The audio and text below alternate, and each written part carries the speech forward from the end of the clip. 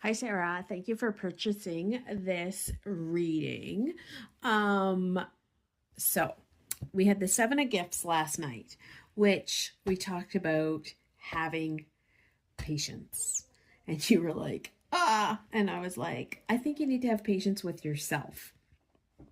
Gifts are all about your career. So I want you to have patience in where your career is and where your career is going. Okay, so our next card is the Knight of Canes. And so the Knight of Canes is like the Knight of Swords. So you need to keep you need to find your logical side, right? But you also need to um maybe set, I feel like there's some boundaries you need to set with yourself that are blunt and opinionated. And I don't feel they're for other people, but I do feel there.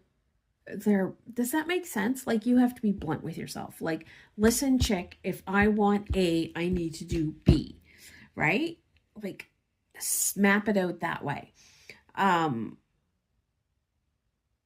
yeah, that's how I feel on that one. And your last card is the King of Canes. And so the King of Canes asks us to step into our logical. It's like the King of Swords.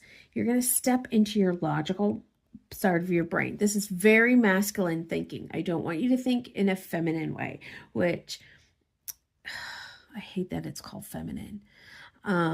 Emotional or inspired. I want you to think logical. And like I said, how am I going to get from point A to point B, right? Am I going to get there?